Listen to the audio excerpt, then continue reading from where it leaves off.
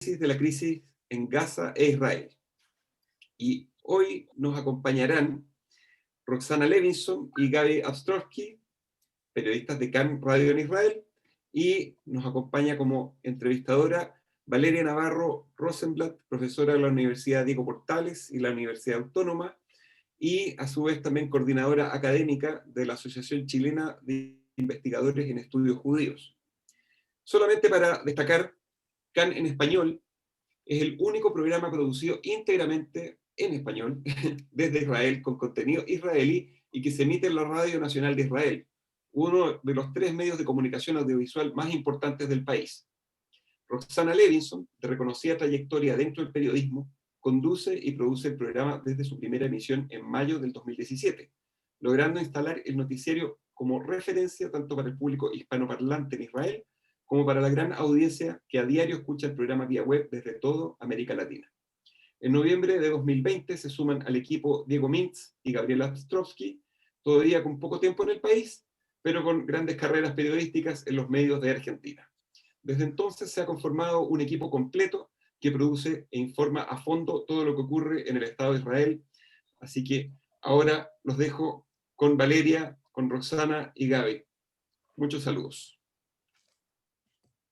Buenas tardes, bienvenidos a todos. Gracias por compartir este tiempo con nosotros para poder informarnos sobre lo que está sucediendo en el Medio Oriente. Y le agradecemos a Roxana y Gabriel por su participación. Tenemos la situación actual y Roxana y Gabriel se encuentran en una posición bastante peculiar. Cada uno tiene un elemento que los vincula de forma muy cercana a lo que está sucediendo en el Medio Oriente. Es decir, Roxana está en Ashdod, Gabriel está en Kfar Saba. Ashdod es una de las ciudades que quedan más cerca de Gaza. Por lo tanto, queríamos saber primero cuál ha sido la experiencia que has tenido tú, Roxana, frente a esta nueva escalada bélica entre Israel y Hamas. Bueno, si hablamos de lo personal, la verdad es que la experiencia está resultando dura, está resultando difícil. No es que desconociéramos cómo es, mi familia, yo, no es que desconociéramos cómo es esto de el lanzamiento de cohetes desde la Franja de Gaza. Incluso hemos pasado la guerra de 2014 con 2 de mis 3 hijos en el frente, la menor y el mayor, con lo cual esa también fue una experiencia muy dura, pero esta es muy difícil porque es constante. El lanzamiento de cohetes es prácticamente constante, casi no da tregua. Estamos constantemente en el cuarto protegido, que gracias a Dios tenemos este cuarto protegido, y todo lo que tenemos que hacer es dejar lo que estábamos haciendo, como hace un rato la cena, y venir a esperar que pase la sirena, se escuchan las explosiones, se sacude la casa, se mueve todo y al ratito podemos volver a salir. A veces sucede 3, 4 veces seguidas, como pasó esta tarde. Básicamente es muy desgastante, porque uno, aunque no tenga conciencia, está todo el tiempo en alerta, y te das cuenta no cuando suena la sirena, sino cuando hay otro tipo de ruidos que o se parecen a una sirena o te sorprenden, y entonces las reacciones no son las de siempre. Y es muy desgastante porque no se duerme. Son noches y noches y noches, ya son 8 noches prácticamente sin dormir. Así que esa es la experiencia, y los mensajes, y bueno, cada vez que hay una sirena, la gente preguntando y demás, es realmente duro, se está haciendo difícil. Muchas gracias, Roxana, por tu apreciación personal. Y Gabriel, si bien tú estás en Kfar Saba, un poquito más alto en Tel Aviv, nos contabas que tú llegaste hace poco a Israel, y por lo tanto esta es tu primera experiencia de conflicto mientras vives allá. Y queríamos saber cómo ha sido para ti. Bueno, efectivamente, yo llegué a Israel hace 10 meses y días. El fin de semana cumplimos 10 meses con mi familia aquí en Israel. Fue como un gran debut. Llegamos a este país en medio de un clima donde el mundo estaba cerrado, donde todo en una pandemia, donde solamente se hablaba de un virus que mataba y acechaba a toda la humanidad por igual, y donde de golpe, casi sin darnos cuenta nosotros acá, Israel empezó a mostrar un cambio y a empezar a vacunar y a avanzar y a sacar medidas y restricciones y a que la gente pudiera volver a vivir más o menos dentro de lo que todos conocíamos como una vida normal hasta marzo del año pasado. Y así de sopetón, de un día para el otro, empezaron los cohetes. Claro que no fue de sopetón, por supuesto, pero así se vivió en la cotidiana. Digo, por supuesto que esto es algo que, y ya hablaremos seguramente, pero que se venía gestando y que se venía sintiendo de alguna manera en el clima, pero a nivel cotidiano, un día caminamos por la calle sin barbijos y al otro día cayeron misiles en las afueras de Jerusalén. Y no tengo la misma experiencia que lo que está contando Roxana, gracias a Dios, solamente por la diferencia geográfica que hay entre la ciudad de Ashdod y la ciudad de Kfar Saba, ambas en relación a la Franja de Gaza. Aquí, desde que todo comenzó la semana pasada, han sonado las sirenas en contadas oportunidades. Sí nos pasó de tener que estar en algunos momentos encerrados en el cuarto de seguridad, que gracias a Dios tenemos en casa, y que en nuestro caso es el dormitorio de uno de mis hijos, y nos agarró como agarran estos momentos. La primera vez que escuchamos la sirena estábamos terminando de preparar la cena, ya con los platos en la mano para llevar a la mesa, y sonó la sirena y nos miramos con mi esposa y tuvimos como un rapto de preguntarnos si acaso no sería alguna especie de simulacro o de algo que estaba pasando, y efectivamente no lo era. Creo que en esos momentos el inconsciente hace que uno piense cosas que no son. Nos dimos cuenta rápidamente que debíamos irnos al refugio, dejamos los platos en la mesa, nos fuimos, nos encerramos con los chicos, que lo tomaron bastante mejor de lo que nosotros adultos suponíamos que lo podían llegar a tomar. Estuvimos el tiempo necesario, salimos, volvimos a agarrar los platos, volvió a sonar la sirena, volvimos a dejar los platos y nos volvimos a encerrar. Y es como una normalidad a la que uno, por un lado, no se acostumbra, pero que, bueno, es lo que nos toca vivir. Yo quiero agregar también, si me permitís, a lo que está diciendo Gaby, que por más que él esté en Kfar Saba y Diego en Ramat Gan, los dos están viviendo conmigo cada una de las sirenas que suenan en Ashdod y están ahí apuntalándome y realmente dándome un apoyo enorme. Sí, porque esta situación interrumpe toda la vida cotidiana. Sí. Pero todos sabemos que esta no es la primera vez que se han dado un conflicto de esta escala, y tampoco una escalada, no es la primera vez que se da una escalada tan violenta con la Franja de Gaza. Entonces queríamos, si es que nos pueden dar unos pocos antecedentes de la situación en general, que gatilla el conflicto con Gaza y los cohetes que van hacia Israel, y la situación en particular, que es el gatillante de esta escalada actual.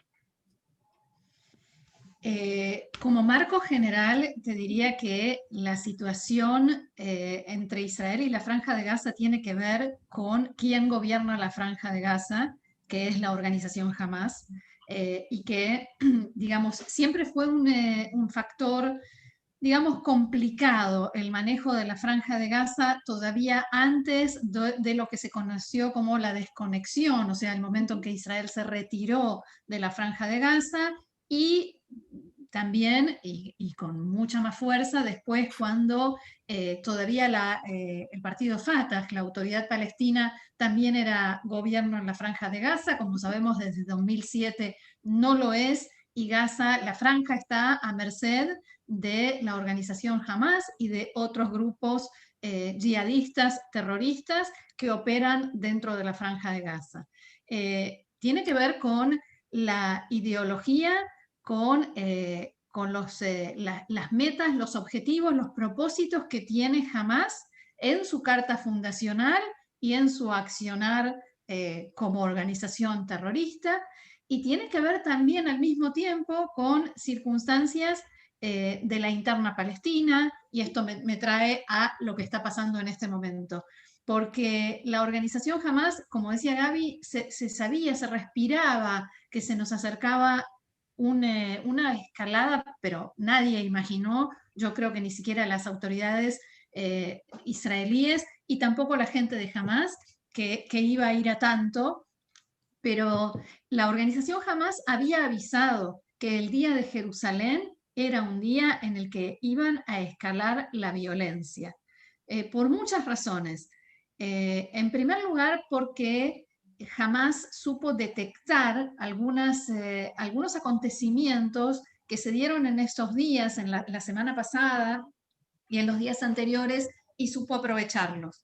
Y también porque Hamas está tratando de posicionarse, en primer lugar, como el defensor de Jerusalén, de Al-Quds, el defensor de la mezquita de Al-Aqsa, y al mismo tiempo, de esa manera, diferenciarse de la autoridad palestina, que, por contraposición, sería quien deja la mezquita de Al-Aqsa abandonada a su suerte, y al pueblo palestino de Jerusalén Este y de la margen occidental, también abandonado a su suerte. Y esos acontecimientos que jamás supo detectar y aprovechar en estos últimos días tienen que ver con cuestiones como, por ejemplo, el debate judicial sobre si se evacuaba o no se evacuaban algunas casas en el barrio Sheikh Jarrah en Jerusalén Este, o como por ejemplo el momento en que la policía israelí decidió poner vallas en las escaleras que van hacia la puerta de Damasco en la Ciudad Vieja, que después las retiró. La sesión en el tribunal sobre las casas estas se suspendió. Fueron todas medidas que después se tiraron para atrás. Y el Día de Jerusalén, todos los preparativos, la marcha de las banderas. Por ejemplo, este tema de la evacuación, la posible o no evacuación de casas palestinas, uno puede tener la opinión que quiera. Todas las opiniones son válidas y estar de acuerdo con una parte o con la otra. Pero lo que es absolutamente cierto es que es una situación que ya había sucedido, que había sucedido hacia un lado, hacia el otro, que ya se debatió, pero que en este momento jamás la utilizó como excusa. O el hecho de que la policía israelí bloquee una entrada o la otra entrada, a uno le puede parecer bien o le puede parecer mal, pero sucede todo el tiempo.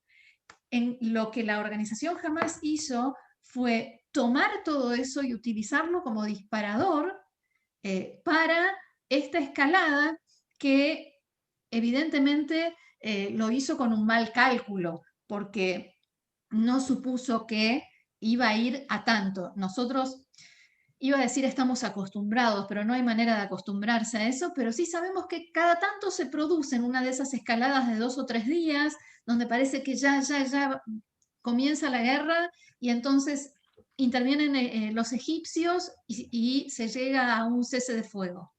Esta vez no, y creo que el punto en el que jamás hizo un error de cálculo fue precisamente en lo que Gaby mencionaba, el disparo de cohetes hacia Jerusalén.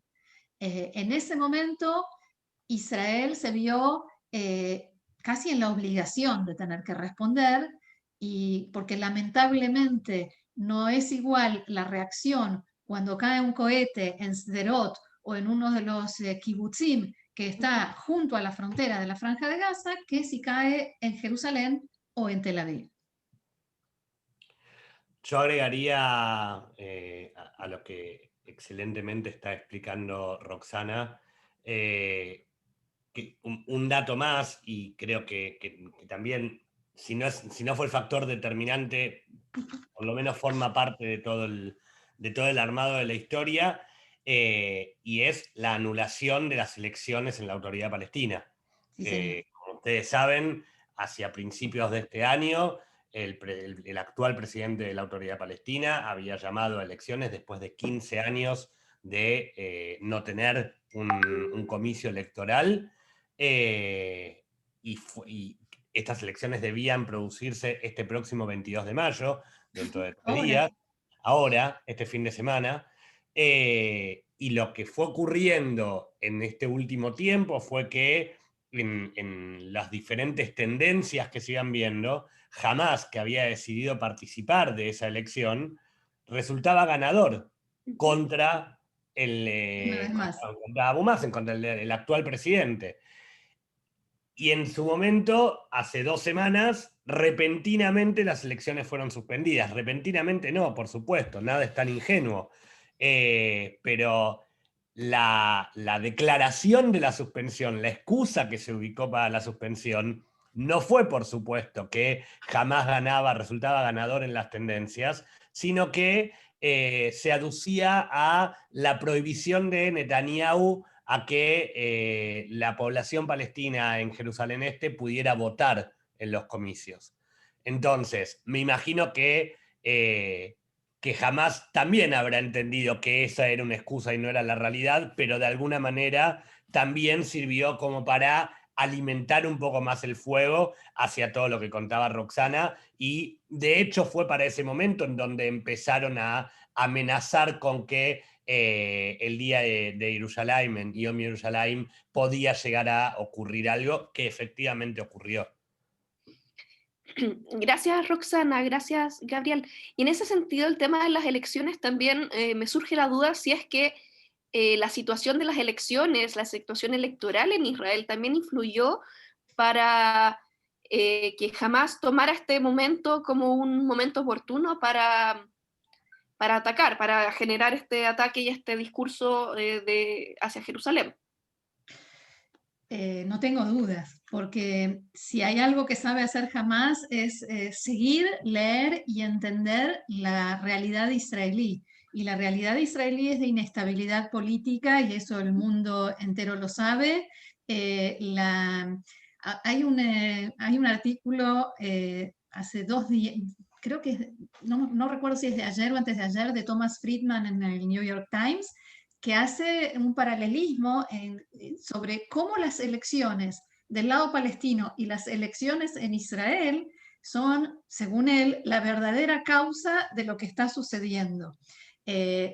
Entonces, por un lado, Hamás supo leer la realidad y la inestabilidad israelí, la falta de presupuesto nacional, que dificulta muchísimo todo lo que tiene que ver con gastos, incluso gastos militares, y todo lo que tiene que ver con desde la vida cotidiana hasta los proyectos más grandes en Israel, y esta falta de gobierno que ya lleva tanto tiempo y que es tan fácil de aprovechar, es un terreno tan fértil como para, digamos, sembrar más inestabilidad. Pero al mismo tiempo, del lado israelí, lo que hizo esta escalada es que el casi nuevo gobierno o gobierno de cambio, como se autodenominaba, el bloque de oposición a Netanyahu, finalmente se terminó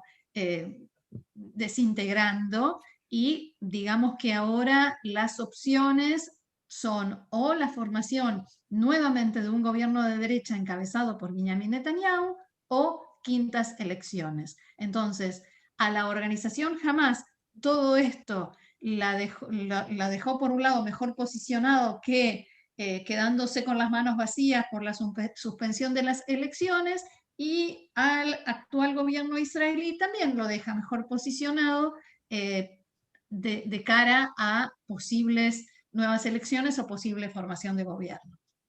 Es decir, los dos actores políticos y militares estarían siendo beneficiados por la escalada como tal, lamentablemente. Sí. Aquí nos han llegado algunas preguntas del público y quiero realizarlas. Piden si por favor pueden hacer un análisis de cómo Israel va o podría defenderse al mismo tiempo en sus tres frentes, Irán, Líbano y Gaza. Wow. Yo diría que es lo que está haciendo en este momento. Claro. Digamos, es cierto que siempre puede ir a peor, ¿no?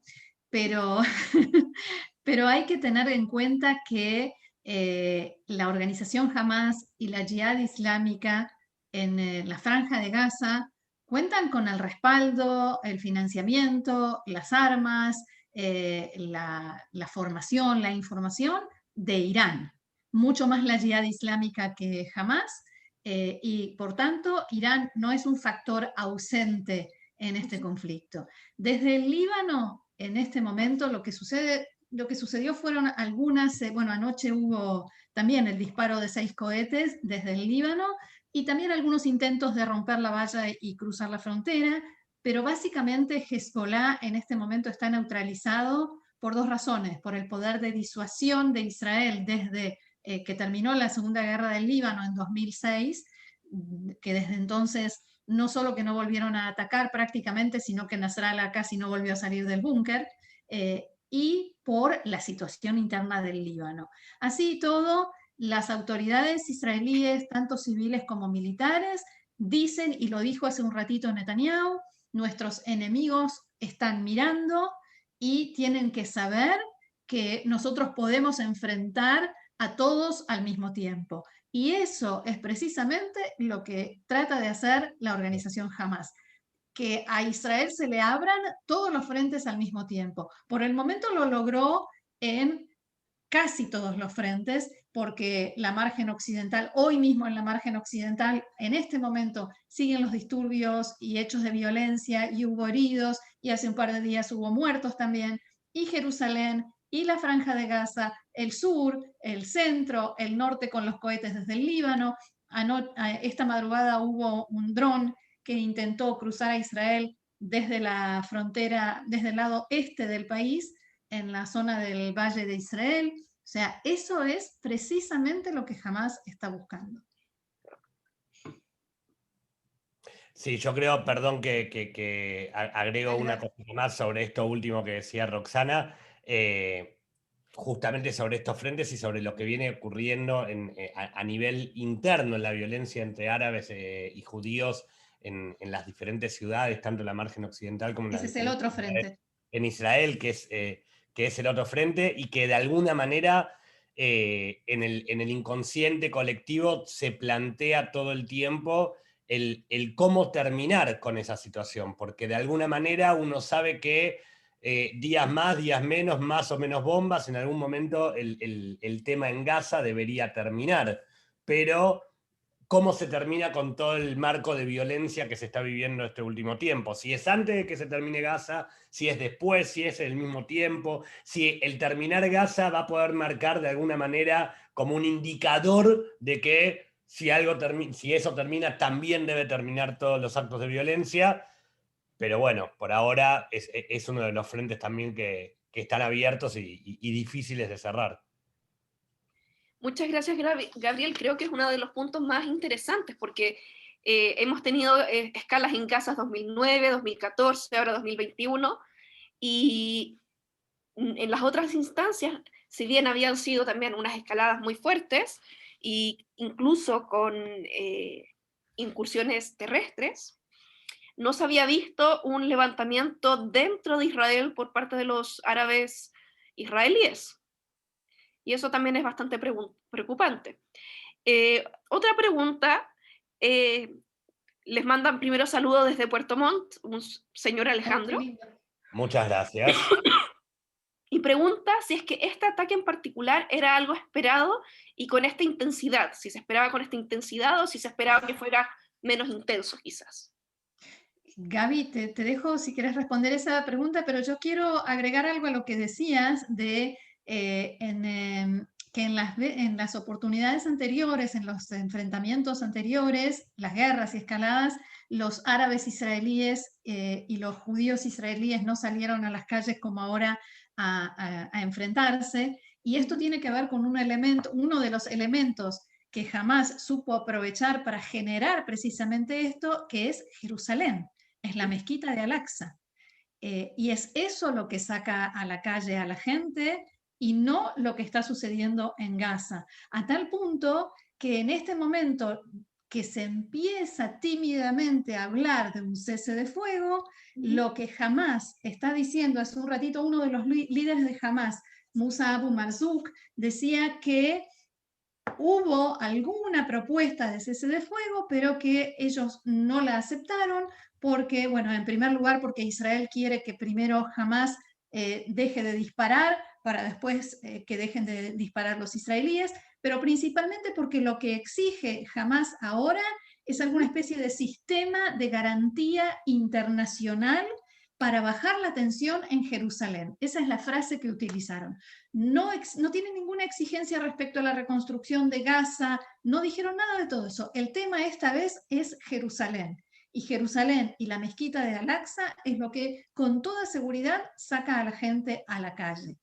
No en la medida en la que jamás esperaba, porque hoy que hubo una huelga general en las ciudades árabes israelíes y hubo un Día de la Ira, así llamado, en la margen occidental, en el momento pico de participación hubo unas 4.000 personas, y eso está muy, muy lejos de la convocatoria que jamás esperaba.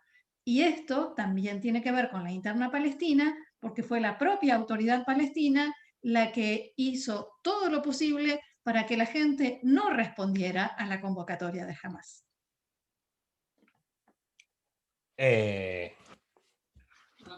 A mí me acosa hablar después de que la escucho a Roxana, y se lo digo todos los días cuando hacemos juntos el programa, debo confesarlo.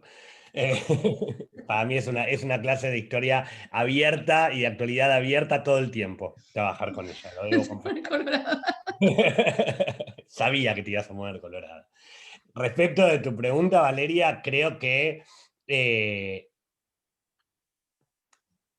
como decíamos al principio, se veía venir, se respiraba que en algún momento algo iba a ocurrir. Yo creo, insisto, con que no de tal magnitud. Digo, que las relaciones entre árabes y judíos siempre son tensas y transitan entre lo tenso y la tensa calma, es sabido. Que siempre uno puede estar a la expectativa de lo que vaya a ocurrir, es sabido. Yo creo no equivocarme también, pero tal vez sí, pero creo que no, que nada hacía suponer que las medidas que se tomarían, que la escalada iría de 0 a 100 en cuestión de segundos. Digo, un poco también lo decía recién Roxana, el hecho de que los primeros disparos del lunes pasado, el lunes de la semana pasada, fueran a Jerusalén y no solamente a la zona sur del país, como generalmente ocurre, de alguna manera delimitaron el punto de partida. Digo, y lo explicaba recién Roxana también en el principio, una cosa es que desde Gaza se disparen algunos cohetes oportunamente, en mejores o peores momentos, hacia cualquier ciudad del sur, y no lo estoy justificando, por supuesto, pero digo, dentro del no acostumbramiento, uno sabe que puede ocurrir, pero hasta entonces, Jerusalén, aún con los conflictos sociales internos que puede tener una ciudad como Jerusalén y que alberga la cantidad de gente, la cantidad de religiones que alberga Jerusalén, de alguna manera era intocable. Digo, nunca nadie hubiera esperado, ni que Israel, ni que Hamás, ni que nadie disparara algo contra Jerusalén. Entonces, creo que si el disparo hubiese ido para otro lado, tal vez la escalada o no hubiera sido tan grande o hubiera crecido de otra manera. pero Jerusalén fue el punto de inflexión en toda esta situación. ¿Todos lo veíamos venir? No. Creo que sí era algo que se respiraba, como lo dijimos, creo que sí se suponía que en algún momento podía pasar, pero no era algo que estuviera instalado abiertamente, Roxana, decime si me equivoco, en la agenda, por ejemplo, periodística, digo, No, en no. absoluto. Hasta el lunes de la semana pasada sí podíamos hablar de que Jerusalén había amenazado con que no se debía festejar el Día de Jerusalén en Jerusalén. Sí veníamos hablando y cubriendo la suspensión de las elecciones de la Autoridad Palestina, pero no estaba instalado a nivel agenda. No, el Posible titular era ataque. tensión en Jerusalén. Punto. Nada más. Así de acotado. Y era título en tanto y en cuanto, y esto no lo dijimos al principio, todo esto ocurría en medio de los días del Ramadán. Entonces, Cierto. también el hecho de estar transitando el Ramadán podía ser factor del clima de tensión que se vivía en Jerusalén. Sí, porque suele suceder. Como suele suceder, porque, y lo hemos charlado en más de una oportunidad en todo este tiempo con Roxana y con Diego, uno sabe que Ramadán es un mes donde dentro de lo sagrado para todo el pueblo musulmán suele haber clima de tensión para con todos los judíos. Ahora, de ahí a pensar en cómo iba a terminar toda esta situación con el ataque de Hamás desde Gaza, no, definitivamente no era algo que estuviera pensado. De ahí a pensar que yo iba a cenar en el refugio, no. No, claramente. Sí. Bueno, aquí llegan un par de preguntas y voy a unir dos. Dice, Israel teniendo uno de los mejores servicios de inteligencia, ¿cómo no pudieron prevenir esta escalada o el gobierno no quiso atenderlo? Y en esa misma línea es los drones con bombas que lanzan muy bien dirigidos con GPS, tampoco los hacen en Gaza. ¿No se pueden atajar antes de que lleguen a las manos de Hamás? Por una parte, si es que no se pudo atajar antes por parte de la inteligencia, y por otra parte, si no se puede atajar los materiales y todas las armas que llegan a Gaza antes de que se lancen. ¿Puedo? Sí, claro, sí. Antes de que conteste Roxana, yo creo, y es una opinión netamente personal, creo que desde inteligencia de Israel algo se debía saber, digo, contando con el nivel con el sistema de inteligencia que tiene Israel. De hecho, creo que porque se sabe o porque se tenía noción, también la respuesta de Israel puede ser de la manera que se está dando. Digo, no creo que Israel pueda responder por más armamento o por más sistema de defensa que tenga, si no es gracias también al sistema de inteligencia. Separo esto de lo que decía recién respecto de si nos lo veíamos venir. Digo, tal vez nosotros no lo veíamos venir como pueblo, como periodistas, como ciudadanos. De ahí a que el sistema de inteligencia lo supiera, me imagino que sí, y quiero suponer que sí. Roxana, el aire es tuyo. Hay algo que hay que tener en cuenta, que más allá de lo bueno, mejor, excelente que pueda ser, que puedan ser los servicios de inteligencia de Israel, y sabemos que Israel tiene inteligencia en la Franja de Gaza y que por supuesto tiene conocimiento de lo que sucede en la Franja de Gaza. Hay algunas cuestiones que, por más graves que sean, no dan la justificación necesaria como para atacar a un lugar de 380 kilómetros cuadrados donde viven más de 2 millones de personas. O sea, Israel ha destruido todos los túneles ofensivos de Hamás, los túneles que penetraban dentro de territorio israelí, ha construido un obstáculo subterráneo por el cual esos túneles ya no van a poder volver a pasar la frontera, ha destruido ahora cientos de kilómetros de túneles de la organización Hamás, pero por enterarse de que Hamás está construyendo túneles, no puede realizar, por ejemplo, un bombardeo aéreo. Y no solo eso, los túneles están, como sabemos, debajo de los hospitales, de los jardines de infantes, de las escuelas, como se está viendo en estos días una vez más. Entonces, tampoco es algo tan sencillo decidir un buen día, bombardeamos los túneles o bombardeamos el contrabando de las partes con las que se producen después un dron. A diferencia de lo que sucede en Siria, que ahí sí se bombardean las zonas donde, por ejemplo, en la frontera, en todo el recorrido que hacen, ya sea vía aérea o por otras vías, donde no hay población civil involucrada. Esa es la gran diferencia. Y por otro lado, también está, digamos, están los problemas de seguridad que tuvo en mayor medida y ahora y todavía sigue teniendo la frontera de la Franja de Gaza con Egipto.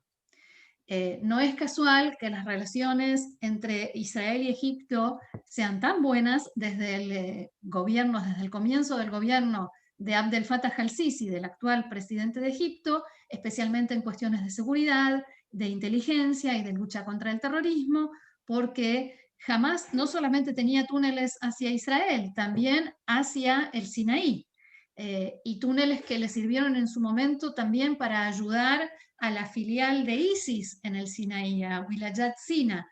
Entonces, todo eso hace que Hamás pueda encontrar otras vías para poder, Hamás y la Yihad Islámica, para poder recibir esas partes de lo que después serán cohetes y drones. Hamás en este tiempo, digamos, tiene más producción propia y la Yihad Islámica recibe más elementos de Irán. Muchas gracias, Roxana y Gabriel. Les quería hacer la siguiente pregunta. ¿Qué pueden palpar ustedes sobre lo que piensa la población palestina? ¿Creen que están de acuerdo con lo que está haciendo Hamás? Y si es que creen que haya posibilidad de crear un Estado palestino en estas circunstancias.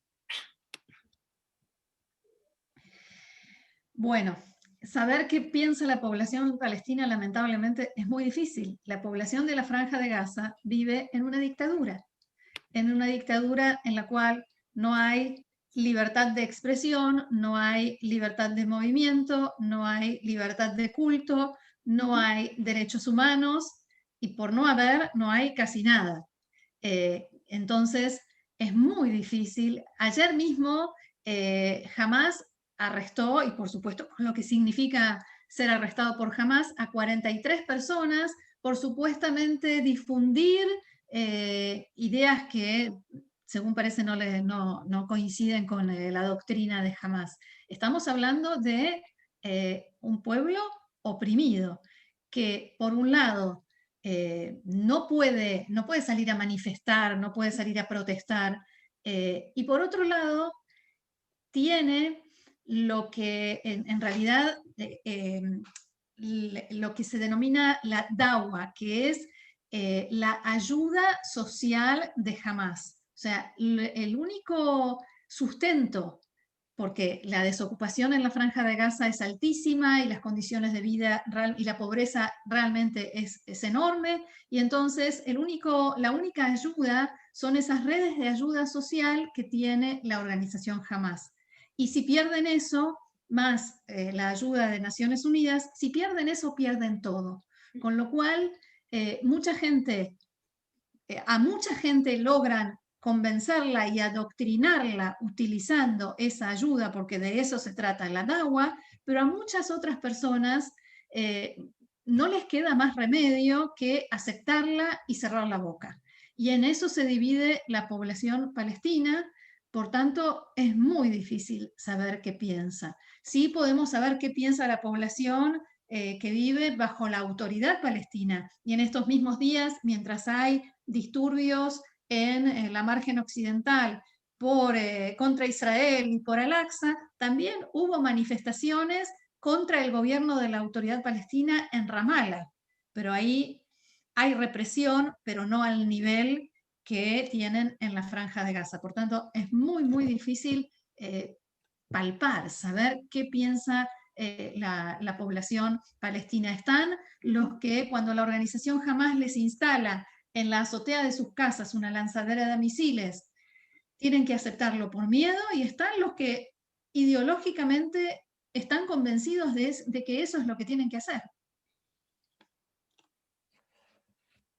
No recuerdo la otra parte de la pregunta. Si creen que haya la posibilidad de crear un Estado palestino. Gaby, Esa es ¿querés? la otra parte de la pregunta. No. Me cuesta mucho hablar sobre esa posibilidad, pero... Lamentablemente no, porque primero porque no hay una, digamos, los palestinos están divididos y están en una situación en la que no pueden ni siquiera entre ellos decidir qué Estado, cómo, dónde, por supuesto con qué gobierno, quién tiene las armas y miles no son detalles, pero sí son cuestiones que nunca lograron superar desde el año 2007, no lograron superar para poder ponerse de acuerdo en tener un solo gobierno y darle una vida un poco mejor al pueblo palestino. Entonces, de ahí a poder que puedan soñar siquiera con un Estado, pero también está todo lo que está sucediendo en el mundo árabe, ¿no? Porque el mundo árabe en los últimos años se olvidó, dicho esto muy entre comillas, se olvidó de los palestinos, o sea, el tema palestino pasó a ser una declaración después de establecer relaciones bilaterales con Israel, después de hacer negocios con Israel, ya sea por encima o por debajo de la mesa, después de ponerse del mismo lado, porque una buena parte del mundo árabe tiene una coincidencia de intereses con Israel en el sentido de que tiene el mismo enemigo, y el enemigo común es Irán. Y entonces, en ese balance, en ese juego digamos, de factores, los que quedaron afuera fueron los palestinos. El enfrentar a Irán se hizo mucho más urgente que el atender el tema palestino. Y y a todo eso se le sumaron los años de gobierno de Donald Trump, con lo cual los palestinos se alejaron mucho más de la posibilidad de tener su propio Estado. Yo agrego algo, puede tener que ver en relación con estas dos preguntas.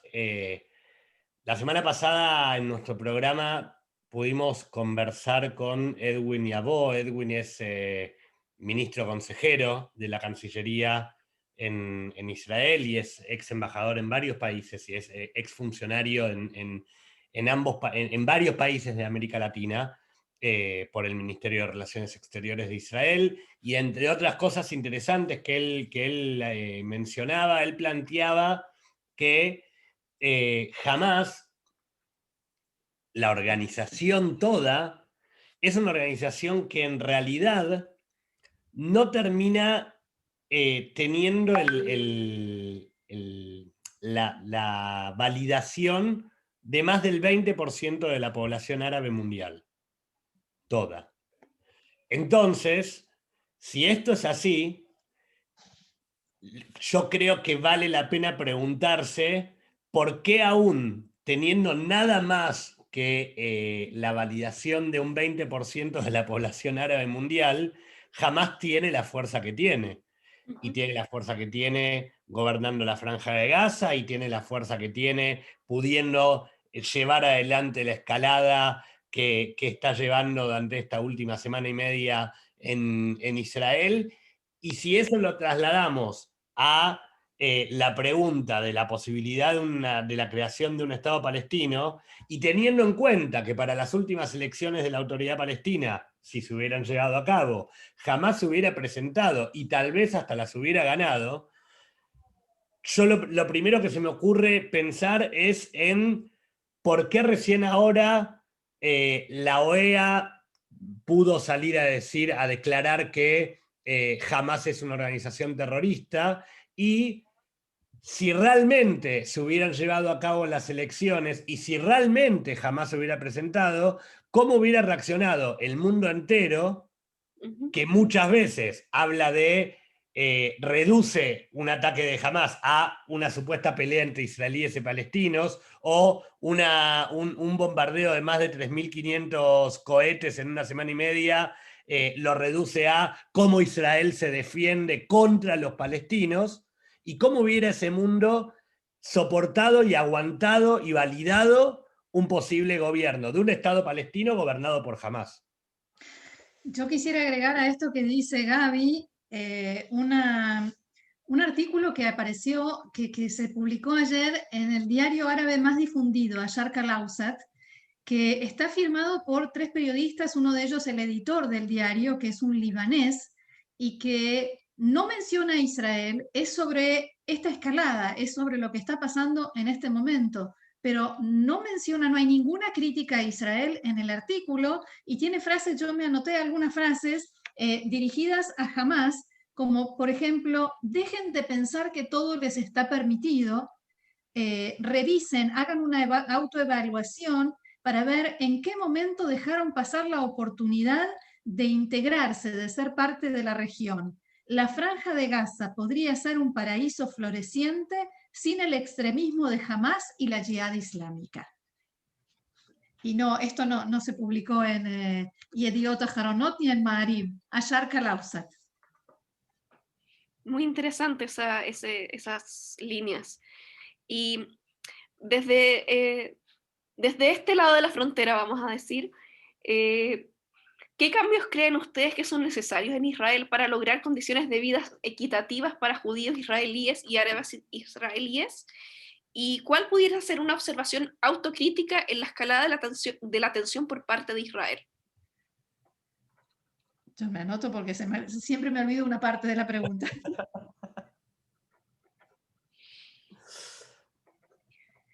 Yo dejo que empiece Roxana, siempre las damas primero. A ver, para que pueda haber una mejora, a ver, depende de quién se le haga la pregunta. Si uno le pregunta a una parte de la sociedad israelí, o más que de la sociedad israelí, de los políticos israelíes, ¿qué hace falta para resolver este conflicto, estos enfrentamientos entre árabes israelíes y judíos israelíes? Entonces, una parte va a decir, hay que cambiar el gobierno porque este gobierno siempre dejó atrás y siempre dejó de lado a los árabes israelíes. Y no solo los dejó de lado, el gobierno instigó, y la famosa frase de Netanyahu en las elecciones de los árabes fluyen hacia las urnas, traídos en autobuses por la izquierda, y otras tantas que se pueden citar y que los videos están en las redes. Si se le pregunta al otro lado del espectro político, dirán que en realidad lo que tiene que suceder es que los árabes israelíes cambien el liderazgo y que los líderes árabes israelíes son los que tienen que empezar a cambiar la mentalidad y dejar de instigar contra los judíos y dejar de incitar a la violencia. Y seguramente, como suele suceder, la verdad está ahí, por ahí en el medio, ¿no? Y que todas las partes tenemos que hacer cambios. Roxana, pero la pregunta era para mejorar las condiciones de vida equitativas para judíos israelíes y árabes israelíes. En realidad, perdón, Egipto está ofreciendo un cese de fuego a partir del jueves a las 6 de la mañana. Acabo de recibir el EDE. ¿Por qué no desde mañana, no? Sigamos. ¿Y por qué no desde ahora? Que en cualquier momento acá puede... Esas son las cosas, perdón que te interrumpa, pero esas son las cosas que tal vez de novato y de venir de un lugar donde este tipo de violencia no existe, tal vez existe otra, pero donde este tipo de terrorismo no existe, son esas cosas que todavía, tal vez, insisto, soy muy ingenuo y no lo puedo entender, pero digo, si todos queremos un alto al fuego, ¿por qué el alto al fuego no es inmediato y tiene que pasar 48 horas para que ocurra? Porque todavía les quedan algunas cosas por hacer, lamentablemente. Exacto. Entonces decías respecto, pero tiene que A ver las con lo mismo. condiciones internas en Sí, Israel. sí, a esto me refería precisamente, que si uno le pregunta esto a un lado del espectro político, te van a decir que las condiciones son equitativas, que todos partimos de la misma base y que el gobierno ha invertido, no recuerdo la cifra, siempre la repiten, tantos y tantos millones de shekels para mejorar las condiciones de vida de la población árabe israelí. Y si preguntás al otro lado, van a decir que las inversiones no son suficientes y que la población árabe israelí siempre queda a un lado, pero si le preguntás a la población ultraortodoxa, también te van a decir que ellos salen perjudicados, o si le preguntás a los laicos en Tel Aviv, te van a decir que los ultraortodoxos son los que reciben todos los presupuestos y que para la educación laica siempre hay menos. Entonces, por eso, digamos, el elemento que se agrega aquí es lo religioso, por supuesto, el ser árabe o el ser judío, pero que de todos modos tiene que ver con cambios en la sociedad. La sociedad árabe israelí ha experimentado en los últimos años muchísimos cambios que se ven, por ejemplo, en el aumento en la representación que tiene en la política, en la Knesset, o sea, de ser un sector de la población israelí que prácticamente no iba a las urnas o que incluso votaba, y esto es una de las paradojas de Israel, los árabes israelíes en alguna época votaban, parte de ellos, por los partidos ultraortodoxos. ¿Por qué?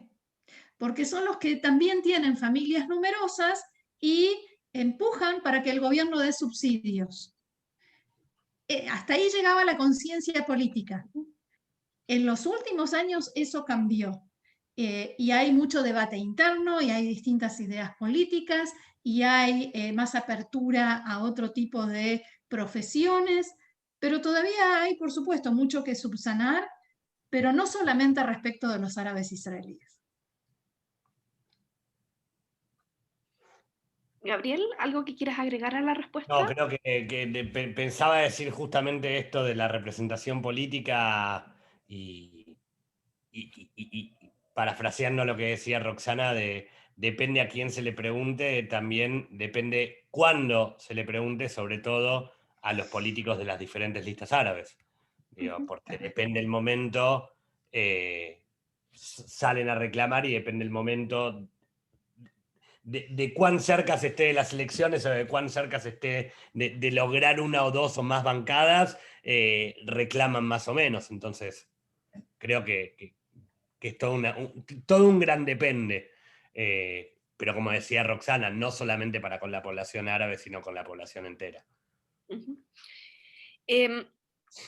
Aquí hay una pregunta que encuentro interesante. Si es que ustedes como comunicadores pueden explicar por qué en general la prensa es tan poco ecuánime en relación a Israel, inclusive ahora que se disparan a civiles versus disparos a objetivos terroristas. La pregunta del millón. En realidad creo que tiene que ver con, a ver, es mucho más fácil explicar el conflicto israelí diciendo que hay buenos y hay malos, hay David y hay Goliat, que sentarse a leer la historia de Medio Oriente y entender quiénes son los palestinos, qué hace Israel, leer, ponerse al tanto y, digamos, muchas de las personas que se dedican a informar y a escribir sobre lo que sucede aquí, o no saben o no están suficientemente informados, lo cual también es una toma de posición porque no es excusa, o tienen ya un preconcepto. Yo he escuchado a un corresponsal decir, me han destinado a cubrir la ocupación israelí. Ya está, ese es el título y vino con eso y eso es lo que viene a buscar. Entonces, es más fácil eso que realmente investigar y y además, muchas veces es eso, digamos, esto tiene que ver con el simple periodista, pero sabemos que esas cosas se dirimen mucho más arriba, o sea, con otros intereses, con intereses de grandes cadenas y redes y demás, donde el periodista es el peón, es el que transmite el mensaje de una cadena como o una agencia de noticias y demás. Y por supuesto están casos como Al Jazeera, que Al Jazeera es un arma, no es un medio de comunicación, es una herramienta más en la lucha ideológica y la guerra psicológica de Qatar. O sea, por ahí pasan las cosas, no solamente por el simple periodista que en lugar de informarse bien, escribe buenos, malos, mueren palestinos y ya está. Es bastante más profundo. Sí, normalmente no todos se informan y no todos tienen el interés de buscar las explicaciones profundas y complejas que acarrean todo este conflicto, y también otras zonas de conflicto que informan de forma vamos a decir, superficial.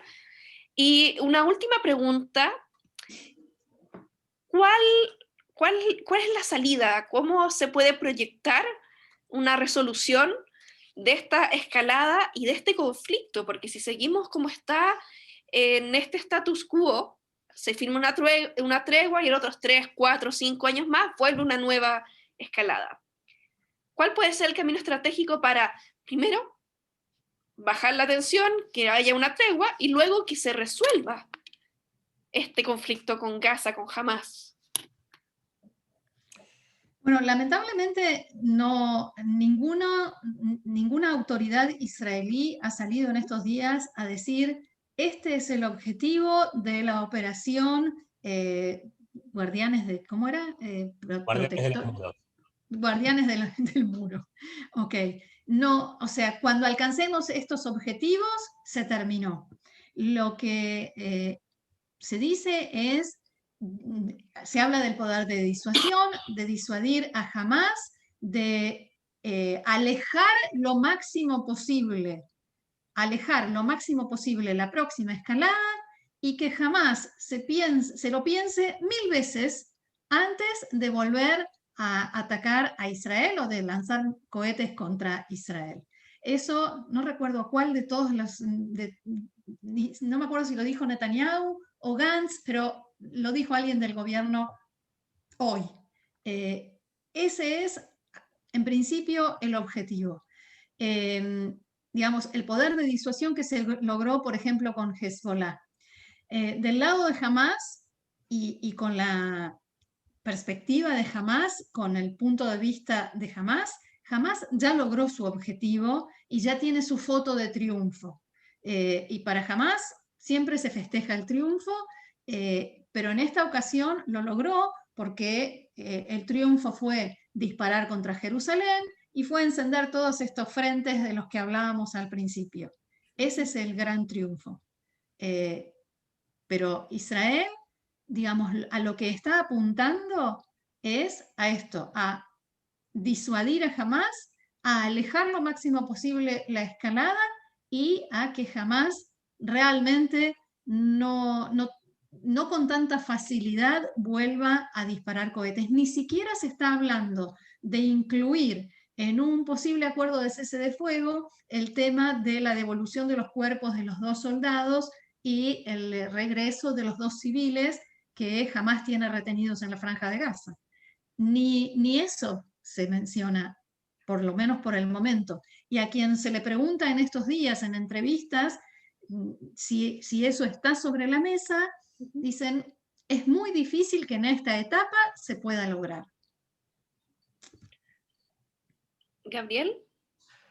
Yo no lo veo como algo demasiado posible. Concuerdo bastante con lo que está diciendo Roxana. Yo no creo que esté en una agenda futura, inmediata, la posibilidad de de que esto no vuelva a ocurrir nunca más. Digo, también sería como una cosa medio utópica pensar en que, dada la historia que tiene todo este sector del universo, de golpe de buenas a primeras se lograse un acuerdo que haga que nunca más vuelva a ocurrir. Digo, me parece como demasiado grande el pensar en el nunca más. Que me gustaría, por supuesto, pero es como, yo creo que pasa más, como decía Roxana, por darle un escarmiento a Hamás y que tenga que pensar mucho, realmente mucho, en volver a actuar, pero no que deje de pensarlo. O sea, habría una detención para esta escalada, pero no un cierre del conflicto con Gaza como tal, con Hamás como tal.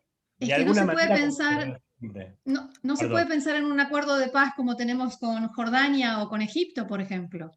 Es impensable, porque en realidad el objetivo de la organización jamás no es que Israel se rinda o que Israel se entregue, es que no exista, que claro, Israel no exista.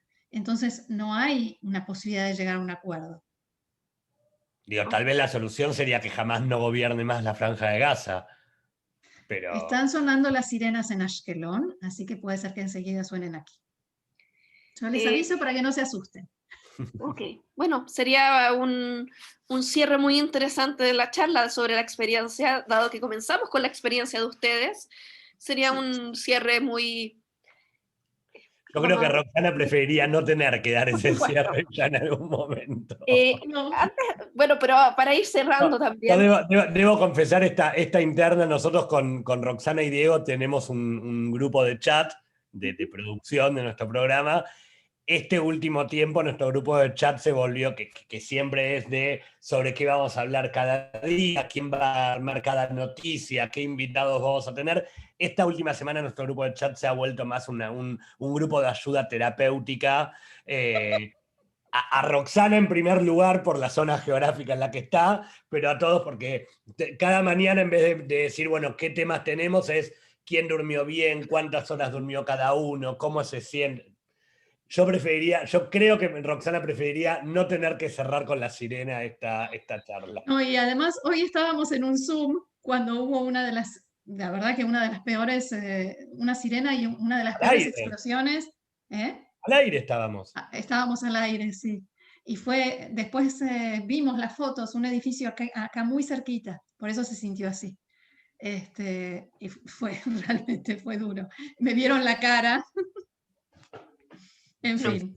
Desde acá, desde el extremo sur del continente latinoamericano o de América, lamentamos mucho que sea la situación en que tengan que hacer el programa.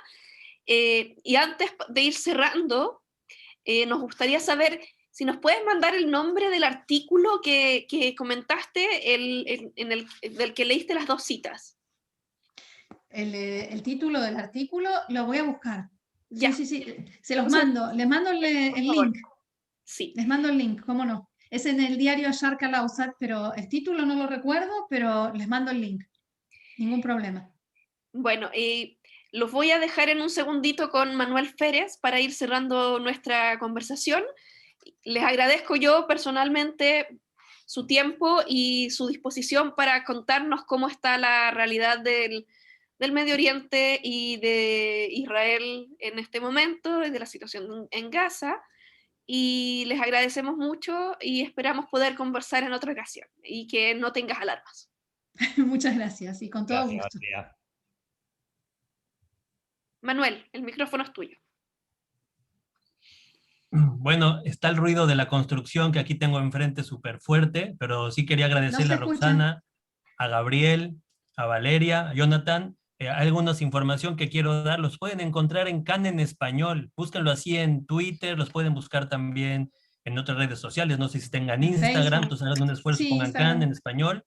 Ahí Roxana, Gabriel y Diego siempre hacen un trabajo súper interesante. También acérquense a nuestra página, Oriente Medio News. Ahí siempre sacamos noticias, estamos traduciendo algunos artículos de gente como Seth Franzman, artículos de Fathom Journal, Entonces estamos haciendo un esfuerzo para tener algún tipo de información menos polémica, y junto con Jonathan le estaremos mandándoles invitación a nuestra próxima actividad, que va a ser un debate interesante. Vamos a reunirnos sobre cómo pensar Medio Oriente, cómo se piensa Medio Oriente, a partir de qué metodologías, de qué ideologías, cómo se piensa la región. Tenemos invitados ahí a historiadores, a filósofos, a sociólogos. Entonces les mandaremos la información a todos ustedes. Gracias a todos por estar aquí con nosotros. Sí, diga, Gabriel. Perdón que te interrumpa. No, diga. Una sola aclaración, vos lo decías, si tenemos Instagram también, para quien nos quiera seguir, y ahí están los principales notas de cada día, es can-esp, KAN-ESP, y seguramente puede que haya gente que está aquí participando del Zoom que día a día nos escucha por internet y que en estos días no está pudiendo escucharnos. Tenemos, por una cuestión de seguridad, dadas las circunstancias que se está viviendo aquí en Israel, toda la corporación CAN ha bloqueado el acceso de sus servidores desde el extranjero, desde afuera de Israel. Entonces, por los intentos de ataque. Por los intentos de ataques cibernéticos que hemos tenido. Entonces, por estos días puede que ocurra que no nos puedan escuchar por la radio, por entrando desde la página de internet, o que no puedan entrar a nuestros podcasts, pero sí pueden hacerlo, como vos decías, tanto en Twitter como en Facebook, como en Instagram, donde, y en Spotify. Y en Spotify también, por supuesto, donde además vamos actualizando cada una de las noticias que vamos dando. Bueno, pues ahí tienen para los viejos, para los no tan viejos, para los jóvenes, cada uno en su red social, que se mueva como pueda. Que estén todos muy bien. Muchas gracias a todos. Gracias. Gracias.